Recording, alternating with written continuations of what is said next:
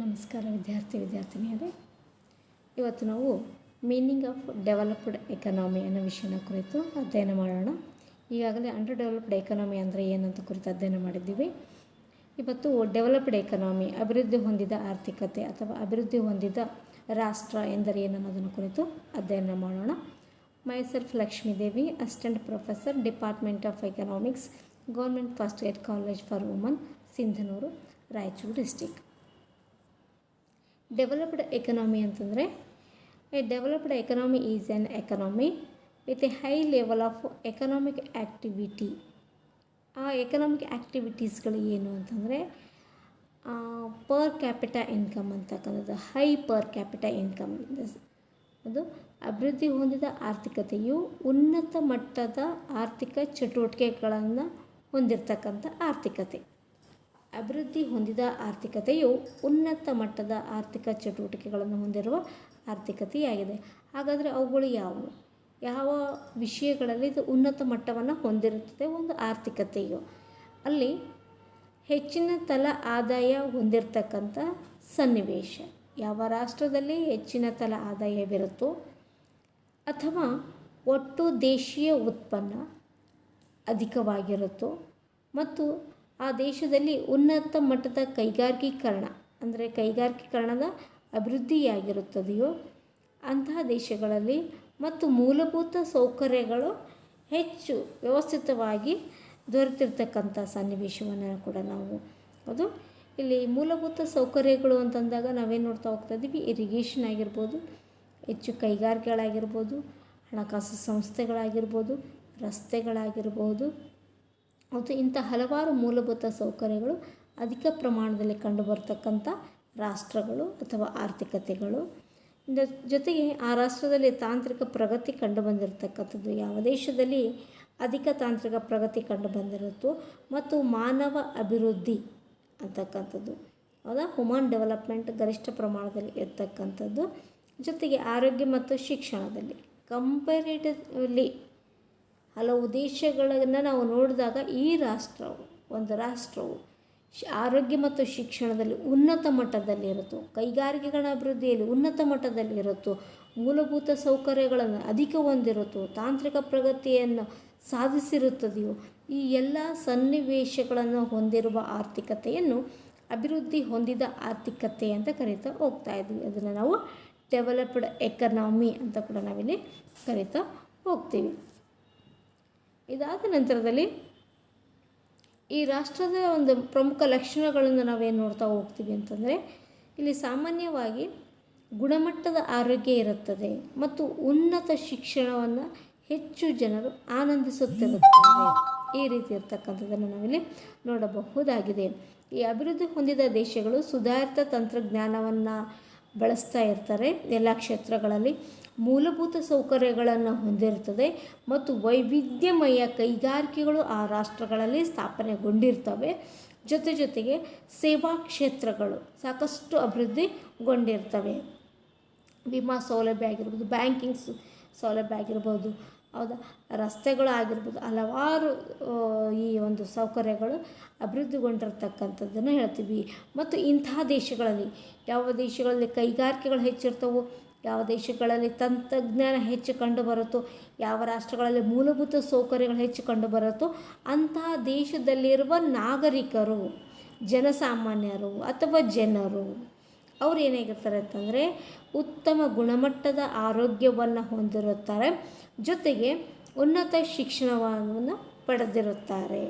ಅಂದರೆ ಎಲ್ಲರೂ ಕೂಡ ಉನ್ನತ ಶಿಕ್ಷಣದ, ಉತ್ತಮ ಆರೋಗ್ಯದ ಆನಂದವನ್ನು ಅನುಭವಿಸುತ್ತಿರುತ್ತಾರೆ.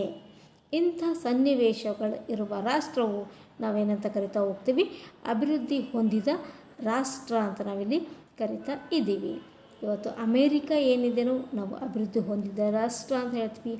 ನಾರ್ವೆ ಏನಿದೆಯೋ ಅಭಿವೃದ್ಧಿ ಹೊಂದಿದ ರಾಷ್ಟ್ರ ಅಂತ ಹೇಳ್ತಾ ಹೋಗ್ತಾ ಇದ್ದೀವಿ. ಹೌದು, ಇಂಗ್ಲೆಂಡನ್ನು ಏನಿದೆಯೋ ಅದನ್ನು ಅಭಿವೃದ್ಧಿ ಹೊಂದಿದ ರಾಷ್ಟ್ರ ಅಂತ ನಾವು ಹೇಳ್ತಾ ಇದ್ದೀವಿ. ಹೌದು, ಅದರಿಂದಾಗಿ ಯಾವ ರಾಷ್ಟ್ರಗಳಲ್ಲಿ ತಂತ್ರಜ್ಞಾನ, ಮೂಲಭೂತ ಸೌಕರ್ಯಗಳು ಗರಿಷ್ಠ ಪ್ರಮಾಣದಲ್ಲಿದ್ದು, ಕೈಗಾರಿಕೆಗಳು ಗರಿಷ್ಠ ಪ್ರಮಾಣದಲ್ಲಿ ಸ್ಥಾಪನೆಗೊಂಡಿದ್ದು, ಹೂಡಿಕೆ ಉದ್ಯೋಗಗಳೆಲ್ಲವೂ ದೊರೆತಿದ್ದು, ಆ ದೇಶದಲ್ಲಿರುವ ನಾಗರಿಕರು ಉತ್ತಮ ಆರೋಗ್ಯವನ್ನು ಪಡೆದಿದ್ದು ಜೊತೆಗೆ ಉನ್ನತ ಶಿಕ್ಷಣವನ್ನು ಪಡೆಯುವಲ್ಲಿ ಅವರು ಅರ್ಹರಾಗಿರುತ್ತಾರೆ, ಅಂದರೆ ಪಡೆಯೋದಕ್ಕೆ ಸಾಧ್ಯವಾಗ್ತಾ ಇರುತ್ತೆ ಅಂಥದ್ದು ರಾಷ್ಟ್ರವನ್ನು ನಾವೇನಂತ ಕರಿತಾ ಹೋಗ್ತೀವಿ, ಅಭಿವೃದ್ಧಿ ಹೊಂದಿದ ರಾಷ್ಟ್ರ ಅಂತ ನಾವಿಲ್ಲಿ ಕರಿತಾ ಹೋಗ್ತಾ ಇದ್ದೀವಿ. ಮುಂದುವರೆದು ನಾವು ನೋಡಬೇಕಾಯಿತು ಅಂತಂದರೆ ಅಭಿವೃದ್ಧಿ ಹೊಂದಿದ ರಾಷ್ಟ್ರ ಅಂತಕ್ಕಂಥ ಟರ್ಮ್, ಡೆವಲಪ್ಡ್ ಎಕಾನಮಿ ಅಂತಕ್ಕಂಥ ಟರ್ಮ್ನ ನಾವು ಯಾವ್ಯಾವ ರೀತಿಯಲ್ಲಿ ಕರಿಬಹುದು ಅಂತಕ್ಕಂಥದ್ದು, ಅದನ್ನು ನಾವು ಇಂಡಸ್ಟ್ರಿಯಲೈಸ್ಡ್ ಕಂಟ್ರಿ ಅಂತ ಕೂಡ ಕರಿಬಹುದಾಗಿದೆ, ಮೋರ್ ಡೆವಲಪ್ಡ್ ಕಂಟ್ರಿ ಅಂತ ಕೂಡ ನಾವಿಲ್ಲಿ ಕರೆಯಬಹುದಾಗಿದೆ. ಜೊತೆಗೆ ಮೋರ್ ಎಕನಾಮಿಕಲಿ ಡೆವಲಪ್ಡ್ ಕಂಟ್ರಿ ಅಂತಕ್ಕಂಥದ್ದು ಹೆಚ್ಚು ಆರ್ಥಿಕವಾಗಿ ಅಭಿವೃದ್ಧಿ ಹೊಂದಿದ ರಾಷ್ಟ್ರ, ಹೆಚ್ಚು ಅಭಿವೃದ್ಧಿ ಹೊಂದಿದ ರಾಷ್ಟ್ರ ಮತ್ತು ಕೈಗಾರಿಕೀಕರಣದ ರಾಷ್ಟ್ರ ಅಂತ ಕೂಡ ಕರಿಬೋದು. ಮತ್ತು ಫಸ್ಟ್ ವರ್ಲ್ಡ್ ಕಂಟ್ರಿ ಅಂತ ಕೂಡ ಕರಿತಾ ಹೋಗ್ತೀವಿ. ಥರ್ಡ್ ವರ್ಲ್ಡ್ ಕಂಟ್ರೀಸ್ ಅಂತ ನಾವೇನು ಕರಿತಾ ಇದ್ವಲ್ಲ, ಅದು ಹಿಂದುಳಿದ ರಾಷ್ಟ್ರಗಳನ್ನು ನಾವೇನಂತ ಕರಿತೀವಿ, ಥರ್ಡ್ ವರ್ಲ್ಡ್ ಕಂಟ್ರೀಸ್ ಅಂತ ಕರಿತಾ ಹೋಗ್ತೀವಿ. ಫಸ್ಟ್ ವರ್ಲ್ಡ್ ಕಂಟ್ರೀಸ್ ಅಂತಂದರೆ ಏನಾಗ್ತಾ ಬರ್ತಾ ಇದೆ, ಮುಂದುವರೆದಿರ್ತಕ್ಕಂಥ ರಾಷ್ಟ್ರಗಳು, ಅಭಿವೃದ್ಧಿ ಹೊಂದಿರತಕ್ಕಂಥ ರಾಷ್ಟ್ರಗಳನ್ನು ನಾವು ಫಸ್ಟ್ ವರ್ಲ್ಡ್ ಕಂಟ್ರಿ ಅಂತ ಕೂಡ ಕರಿತಾ ಹೋಗ್ತಾ ಇದ್ವಿ. ಜೊತೆಗೆ ಇನ್ನೊಂದು ಹೆಸರಿನಲ್ಲಿ ಕೂಡ ಕರಿಬೋದು, ಪೋಸ್ಟ್ ಇಂಡಸ್ಟ್ರಿಯಲ್ ಕಂಟ್ರಿ ಅಂತ ಕೂಡ ನಾವಿಲ್ಲಿ ಕರೆಯಬಹುದಾಗಿದೆ. ಅದು ಅಂದರೆ ಈಗಾಗಲೇ ಕೈಗಾರಿಕೆಗಳನ್ನು ಹೊಂದಿರತಕ್ಕಂಥ ರಾಷ್ಟ್ರ ಅಂತ ಕೂಡ ನಾವಿಲ್ಲಿ ಕರೆಯಬಹುದಾಗಿದೆ. The first industrialized country was the United Kingdom ಅಂತ ನಾವು ಹೇಳ್ಬೋದಾಗಿದೆ, followed by Belgium. Later it spread further to the Germany, United States, France and other western Europe countries. ಹೌದು, ಈ ಒಂದು ಫಸ್ಟ್ ವರ್ಲ್ಡ್ ಕಂಟ್ರಿ ಅಂತ ನಾವೇನು ಕರಿತಾ ಇದ್ವಲ್ಲ ಮತ್ತು ಇಂಡಸ್ಟ್ರಿಯಲೈಸ್ಡ್ ಕಂಟ್ರಿ ಅಂತ ನಾವೇನು ಕರಿತಾ ಇದ್ವಲ್ಲ, ಫಸ್ಟ್ ನಾವು ಕರೆದಿರ್ತಕ್ಕಂಥದ್ದು ಯುನೈಟೆಡ್ ಕಿಂಗ್ಡಮ್ನ ನಾವು ಅಭಿವೃದ್ಧಿ ಹೊಂದಿದೆ ಅಂತಕ್ಕಂಥದ್ದು. ಮತ್ತು ಕೈಗಾರಿಕೀಕರಣ, ಫಸ್ಟ್ ಕೈಗಾರಿಕೀಕರಣದ ರಾಷ್ಟ್ರ ಅಂತ ಕೂಡ ನಾವು ಕರಿತಾ ಇದ್ದೀವಿ. ಅದಾದ ನಂತರದಲ್ಲಿ ಬೆಲ್ಜಿಯಂ ಅಂತಕ್ಕಂಥ ರಾಷ್ಟ್ರದಲ್ಲಿ ಹೆಚ್ಚು ಹೆಚ್ಚು ಕೈಗಾರಿಕೆಗಳ ಸ್ಥಾಪನೆಗೊಳ್ತಾ ಹೋಯಿತು ಅಂತಕ್ಕಂಥದ್ದು. ಅದಾದ ನಂತರದಲ್ಲಿ ಜರ್ಮನಿಯಲ್ಲಿ, USA ದಲ್ಲಿ, ಫ್ರಾನ್ಸ್ದಲ್ಲಿ ಮತ್ತಿನ್ನು ವೆಸ್ಟರ್ನ್ ಯುರೋಪ್ ಕಂಟ್ರೀಸ್ಗಳಲ್ಲಿ ನಾವೇನು ನೋಡಿದ್ದೀವಿ ಅಂತಂದರೆ ಡೆವಲಪ್ಡ್ ಎಕಾನಮಿ ಅಂತ ಕರೆಸ್ಕೊಂಡಿರೋದನ್ನು ನಾವು ನೋಡಿದ್ದೇವೆ. ಇದಾದ ನಂತರದಲ್ಲಿ ಈ ಡೆವಲಪ್ಡ್ ಕಂಟ್ರಿ ಅಂತ ಈಗಾಗಲೇ ನಾವು ಅಧ್ಯಯನ ಮಾಡ್ತಾ ಬಂದ್ವಿ. ಅಲ್ಲೇನೇನಿದೆ ಏನೇನಿದೆ ಅಂತ ನೋಡ್ತಾ ಹೋದಾಗ ನಾವು ಅದರ ಕ್ಯಾರೆಕ್ಟರ್ಗಳಾಗಿ ನಾವು ಇದನ್ನು ನೋಡಬಹುದಾಗಿದೆ, ಲಕ್ಷಣಗಳಾಗಿ. ಹೌದಾ, ಅಭಿವೃದ್ಧಿ ಹೊಂದಿದ ಆರ್ಥಿಕತೆಯ ಲಕ್ಷಣಗಳು ಅಂತ ನಾವು ನೋಡ್ತಾ ಹೋದಾಗ ಒಂದನೇ ಲಕ್ಷಣ ಏನು ಅಂತಂದರೆ there is always high income ಅಂತಕ್ಕಂಥದ್ದನ್ನು ನಾವು ನೋಡ್ತಾ ಇದ್ದೀವಿ, ಅಧಿಕ ಆದಾಯ. The world bank categorized a per capita income of $12,376 or above as high income. ಹೌದು, ಹೈ ಇನ್ಕಮ್ ಅಂತಂದರೆ ಅಧಿಕ ಆದಾಯ. ಎಷ್ಟು ಅಧಿಕ ಆದಾಯ ಅಂತಂದರೆ $12,376 ಹೊಂದಿರತಕ್ಕಂಥದ್ದನ್ನು ನಾವು ಹೈ ಇನ್ಕಮ್ ಅಂತ ಕರಿತಾ ಇದ್ದೀವಿ. ಮತ್ತು ಅಷ್ಟು ಆದಾಯವನ್ನು ಹೊಂದಿರತಕ್ಕಂಥ ರಾಷ್ಟ್ರಗಳನ್ನು ಹೈ ಇನ್ಕಮ್ ಕಂಟ್ರೀಸ್ ಅಂತ ಕೂಡ ನಾವಿಲ್ಲಿ ಕರಿತಾ ಇದ್ವಿ. ಅಂದರೆ ಇದರ ಪ್ರಕಾರ country with per capital income above are same $12,376 ಹೊಂದಿರತಕ್ಕಂಥ ರಾಷ್ಟ್ರಗಳನ್ನು ನಾವು ಅಧಿಕ ಆದಾಯದ ರಾಷ್ಟ್ರಗಳು ಅಥವಾ ಅಭಿವೃದ್ಧಿ ಹೊಂದಿದ ರಾಷ್ಟ್ರಗಳು ಅಂತಕ್ಕಂಥದ್ದು. ಇಷ್ಟು ಆದಾಯವನ್ನು ಆದಾಯಗಳನ್ನು ಹೊಂದಿರತಕ್ಕಂಥ ರ್ಯಾಂಕ್ಗಳನ್ನು ನಾವು ನೋಡ್ತಾ ಹೋಗ್ತೀವಿ. ಇಷ್ಟು ಆದಾಯ ಪಡೆದಿದೆ, ಇದಕ್ಕಿಂತ ಕಡಿಮೆ ಆದಾಯ, ಇದಕ್ಕಿಂತ ಹೆಚ್ಚು ಆದಾಯ ಅಂತೇನು ನಾವು ರ್ಯಾಂಕ್ಗಳನ್ನು ಏನು ಮಾಡ್ತಾ ಇದ್ದೀವಲ್ಲ, ಈ ಒಂದು $12,376 ಹೆಚ್ಚಿನ ಆದಾಯನ ಹೊಂದಿರತಕ್ಕಂಥ ರಾಷ್ಟ್ರಗಳೇನು ಬರ್ತಾ ಇದ್ದಾವಲ್ಲ, ಆ ರಾಷ್ಟ್ರಗಳನ್ನು ನಾವೇನು ಕರಿತಾ ಹೋಗ್ತೀವಿ, ಡೆವಲಪ್ಡ್ ಕಂಟ್ರಿ ಅಂತ ಕರಿತೀವಿ. ಆ ಡೆವಲಪ್ಡ್ ಕಂಟ್ರೀಸ್ ಲಿಸ್ಟಲ್ಲಿ ಇಷ್ಟು ಆದಾಯನ ಹೊಂದಿರುವ ರಾಷ್ಟ್ರಗಳು ಬರ್ತವೆ ಅಂತಕ್ಕಂಥದ್ದನ್ನು ನೋಡಬಹುದಾಗಿದೆ. As per world bank 80 countries in the world make it to the high income countries. ಅಂದರೆ GNP ಪರ್ ಕ್ಯಾಪಿಟಲ್ GNP ಏನಿದೆಯಲ್ಲ, ಅದು ಹೆಚ್ಚು ಹೊಂದಿರತಕ್ಕಂಥ ರಾಷ್ಟ್ರಗಳನ್ನು ಅದರಲ್ಲಿ ನಾವು ಕೌಂಟ್ ಮಾಡಿದ್ವಿ. ಅಂದರೆ 80 ಕಂಟ್ರೀಸ್, 80 ದೇಶಗಳು. ಈ ಒಂದು ವರ್ಲ್ಡ್ ಬ್ಯಾಂಕಿನ ಪ್ರಕಾರ 80 ರಾಷ್ಟ್ರಗಳು ಹೈ ಇನ್ಕಮ್ ಕಂಟ್ರೀಸ್ ಅಂತ ನಾವು ಕನ್ಸಿಡರ್ ಮಾಡ್ತಾ ಇದ್ದೀವಿ. Topped by Switzerland.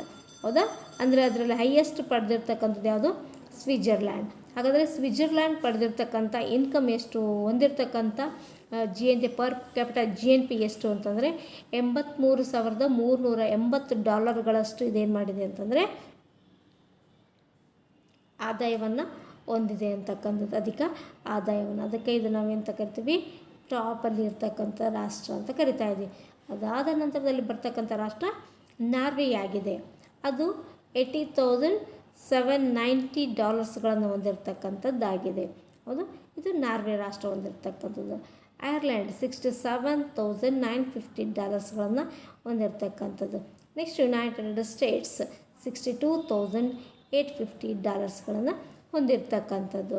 ಇದನ್ನು ನಾವು ನೋಡ್ತಾ ಹೋದಾಗ ಹೈ ಇನ್ಕಮ್ ಕಂಟ್ರೀಸ್ಗಳೇನಿದ್ದಾವೆ 80 ಕಂಟ್ರೀಸ್ಗಳು ಹೈ ಇನ್ಕಮ್ ಕಂಟ್ರೀಸ್ಗಳೊಳಗಡೆ ಬರ್ತಾ ಇದ್ದಾವೆ. ಅವುಗಳೆಲ್ಲವನ್ನು ನಾವೇನಂತ ಕರಿತಾ ಹೋಗ್ತೀವಿ ಅಂದರೆ ಡೆವಲಪ್ಡ್ ಕಂಟ್ರೀಸ್ ಅಂತ ಕರಿತಾ ಹೋಗ್ತೀವಿ. ಇದಾದ ನಂತರದಲ್ಲಿ ನಾವು ನೋಡಬೇಕಾಗಿರ್ತಕ್ಕಂಥದ್ದು ಯಾವುದು ಅಂತಂದರೆ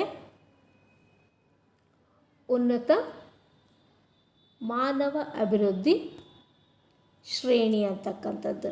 ಈ ಉನ್ನತ ಮಾನವ ಅಭಿವೃದ್ಧಿ ಶ್ರೇಣಿ ಅಂತಕ್ಕಂಥದ್ದು ಏನಾಗ್ತಾ ಬರ್ತಾ ಇದೆ ಅಂತಂದರೆ ದೇ ಆರ್ ಬಿಗ್ ಇನ್ವೆಸ್ಟರ್ಸ್. ಹೌದು, ನಾವಿಲ್ಲಿ ನೋಡ್ತಾ ಹೋದಾಗ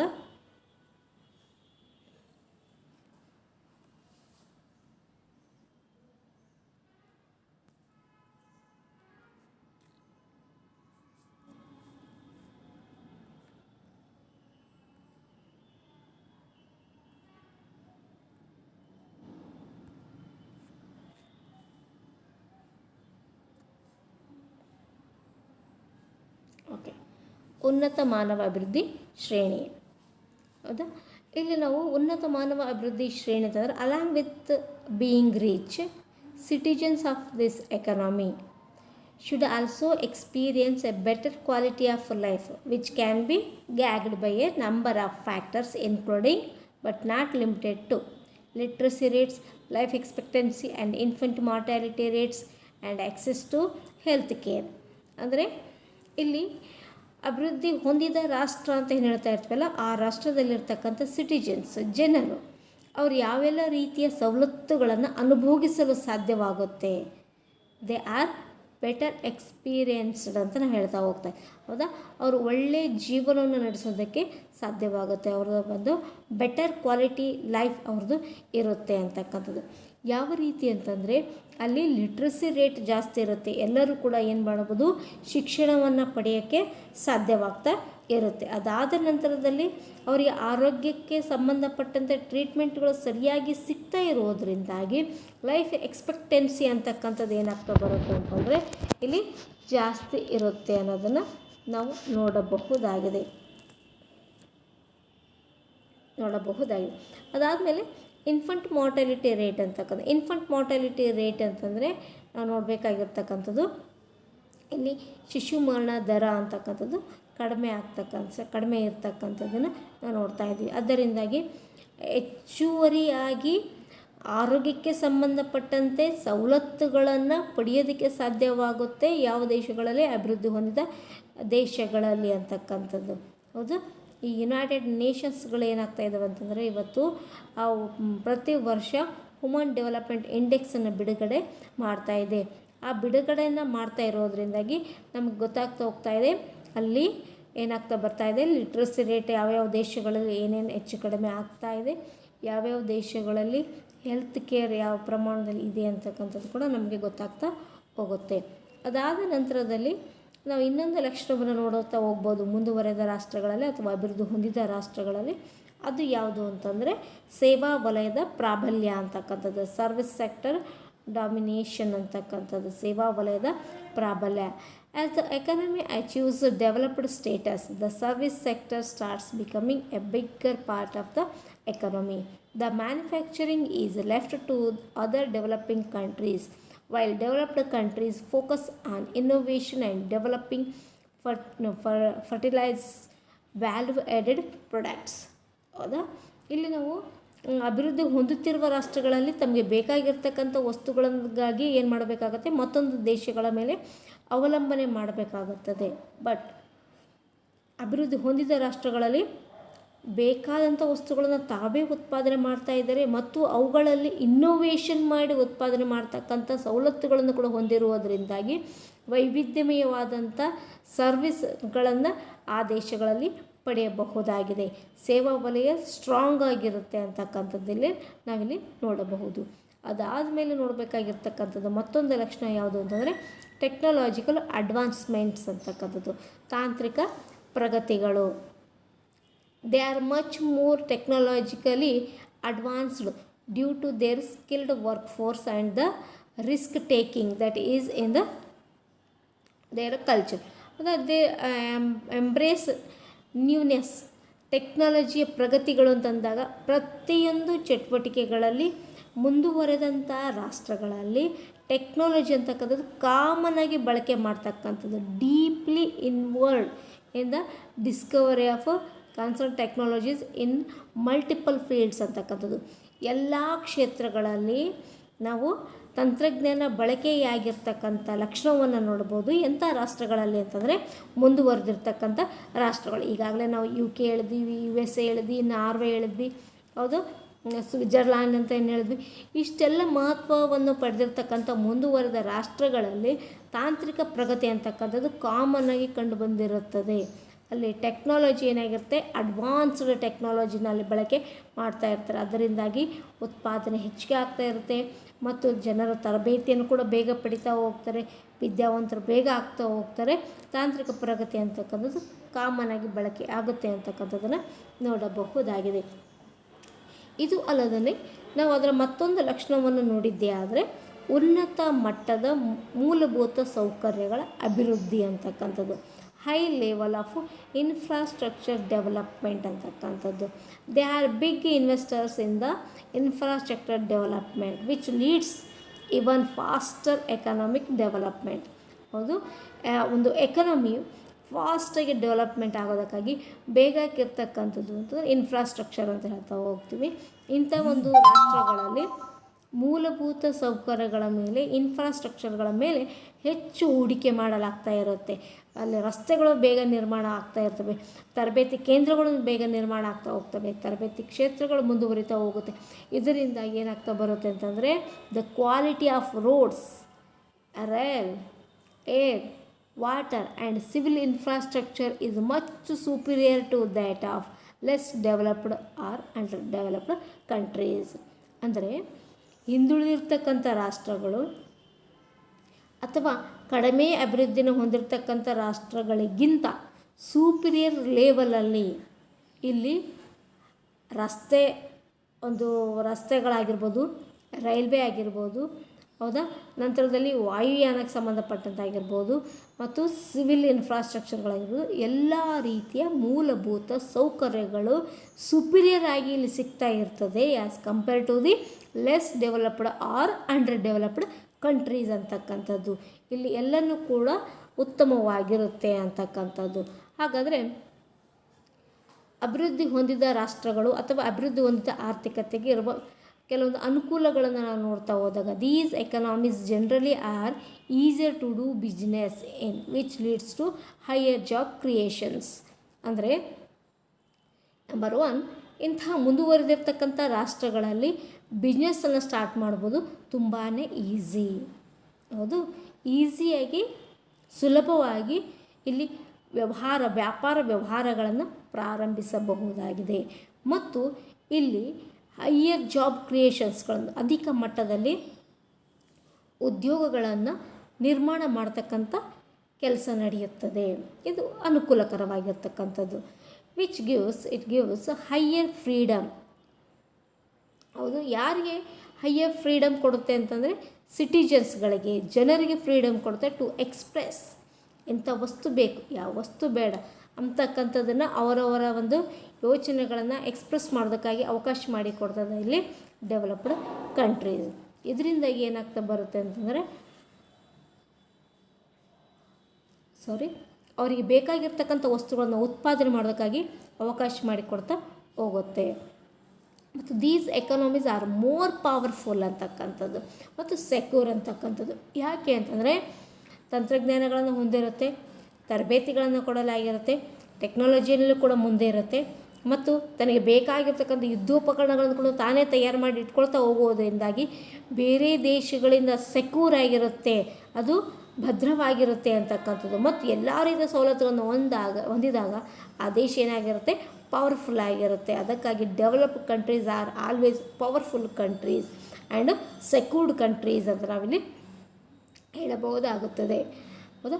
ಮತ್ತು these economies add a lot of value to the quality of life. ಹೌದು, ಜನಸಾಮಾನ್ಯರ ಉತ್ತಮ ಜೀವನಕ್ಕೆ ಹೆಚ್ಚು ಒಲವನ್ನು ನೀಡ್ತಾ ಹೋಗ್ತವೆ ಈ ಅಂತಾರಾಷ್ಟ್ರಗಳು, ಮುಂದುವರಿದಿರ್ತಕ್ಕಂಥ ರಾಷ್ಟ್ರಗಳು.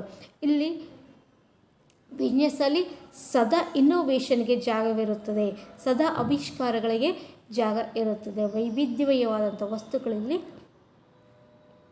ಉತ್ಪಾದನೆ ಆಗ್ತಾ ಇರ್ತವೆ. ಮತ್ತು ಡೆವಲಪ್ಡ್ ಕಂಟ್ರೀಸ್ಗಳು ಏನಾಗ್ತಾ ಬರ್ತವೆ ಅಂದರೆ ಟೆಕ್ನಾಲಜಿಕಲ್ ಲೀಡರ್ಶಿಪ್ ಕ್ವಾಲಿಟಿಗಳನ್ನು ಹೊಂದಿರ್ತವೆ. ಹೌದು. ಮತ್ತು ಹಿಂದುಳಿದಿರ್ತಕ್ಕಂಥ ಎಲ್ಲ ರಾಷ್ಟ್ರಗಳಿಗೆ ಟೆಕ್ನಾಲಜಿನ ಬಳಸುವುದರ ಕುರಿತಾಗಿ ಅವರಿಗೆ ತರಬೇತಿಗಳನ್ನು ಕೊಡ್ತಕ್ಕಂಥ ಕೆಲಸಗಳು ಕೂಡ ಮಾಡ್ತಾ ಹೋಗ್ತವೆ ಅಂತಕ್ಕಂಥದ್ದನ್ನು ನೋಡಬಹುದಾಗಿದೆ. ಅದಾದ ನಂತರದಲ್ಲಿ ನಾವು ನೋಡಬೇಕಾಗಿರ್ತಕ್ಕಂಥದ್ದು ಅನಾನುಕೂಲಗಳು ಏನಿದ್ದಾವೆ ಅಂತಕ್ಕಂಥ ಭಾಳ ಕಡಿಮೆ ಅನಾನುಕೂಲ ಅಂತ ನಾವು ಹೇಳಬಹುದಾಗುತ್ತದೆ. ಈ ರಾಷ್ಟ್ರಗಳು ಮೋರ್ ಪವರ್ಫುಲ್ ಅಂತ ಹೇಳಿದ್ವಿ, ಸೆಕ್ಯೂರ್ಡ್ ಅಂತ ಹೇಳಿದ್ವಿ. ಇಂಥ ಮೋರ್ ಪವರ್ಫುಲ್ ಆಗಿರ್ತಕ್ಕಂಥ ದೇಶಗಳು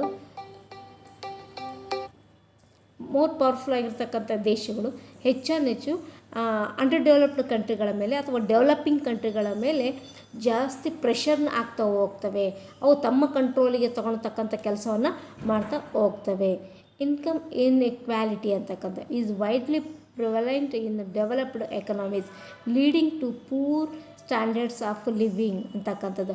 ಅಂದರೆ ಇಲ್ಲಿ ಹೆಚ್ಚು ಹಣವುಳ್ಳತಕ್ಕಂಥವರು ಹೆಚ್ಚು ಜನ ಇರ್ತಕ್ಕಂಥವ್ರನ್ನ ನಾವು ನೋಡ್ತಾ ಹೋಗ್ತೀವಿ.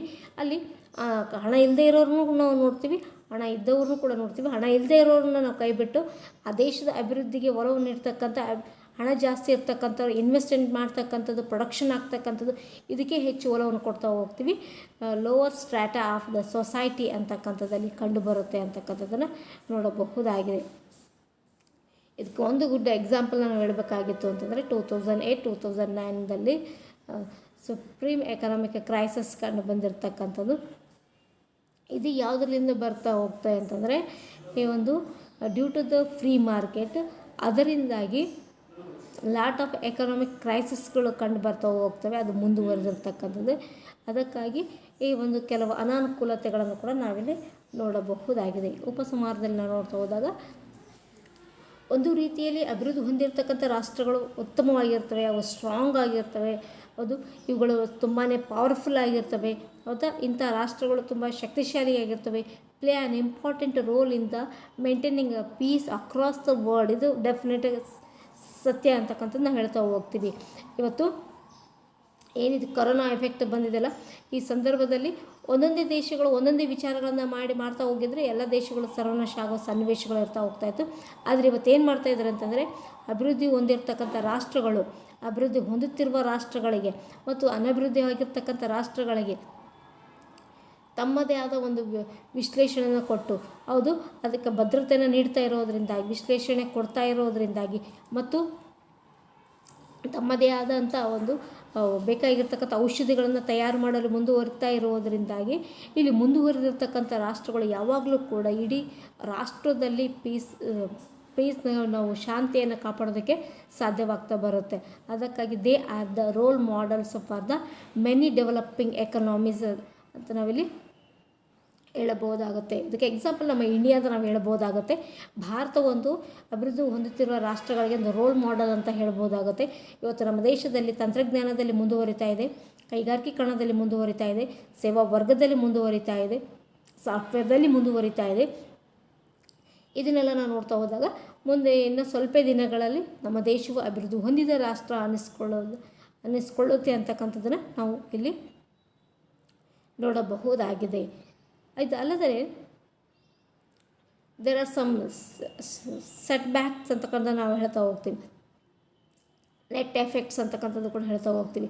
ವರ್ಲ್ಡ್ ಮೇಲೆ ಯಾವುದೇ ಅಭಿವೃದ್ಧಿ ಹೊಂದಿದ ರಾಷ್ಟ್ರಗಳಲ್ಲಿ ಏನೇ ಎಫೆಕ್ಟ್ ಆದರೂ ಕೂಡ ಅದು ಏನಾಗ್ತಾ ಬರುತ್ತೆ, ಎಲ್ಲ ಇಡೀ ಜಗತ್ತಿನ ಮೇಲೆ ಎಫೆಕ್ಟ್ ಆಗ್ತಾ ಬರುತ್ತೆ. ಎಕ್ಸಾಂಪಲ್ ಅಮೇರಿಕಾದಲ್ಲಿ ಕಂಡು ಬಂದಿರತಕ್ಕಂಥ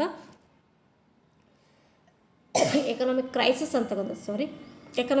ಅಂತಕ್ಕಂಥದ್ದು ಇಡೀ ವಿಶ್ವವ್ಯಾಪಿಗೆ ಅದು ಪಸರಿಸ್ತಾ ಹೋಯಿತು. ಅದರಿಂದಾಗಿ ಡೆವಲಪ್ಡ್ ಕಂಟ್ರೀಸ್ ಅಂತಕ್ಕಂಥವ್ರು they are the role models and ಅವರ ಸ್ವಲ್ಪ ಶಕ್ತಿಯನ್ನು ಹೊಂದಿರತಕ್ಕಂಥವ್ರು, ಜೊತೆಗೆ ಹಲವಾರು ನಿರ್ಧಾರಗಳನ್ನು ಕೈಗೊಳ್ತಕ್ಕಂಥವ್ರು ಮತ್ತು ಮುಂದುವರಿತಕ್ಕಂಥ ರಾಷ್ಟ್ರಗಳಿಗೆ ಸಪೋರ್ಟಿವ್ ಆಗಿರ್ತಕ್ಕಂಥ ರಾಷ್ಟ್ರಗಳು ಅಂತ ನಾವಿಲ್ಲಿ ಹೇಳಬಹುದಾಗಿದೆ.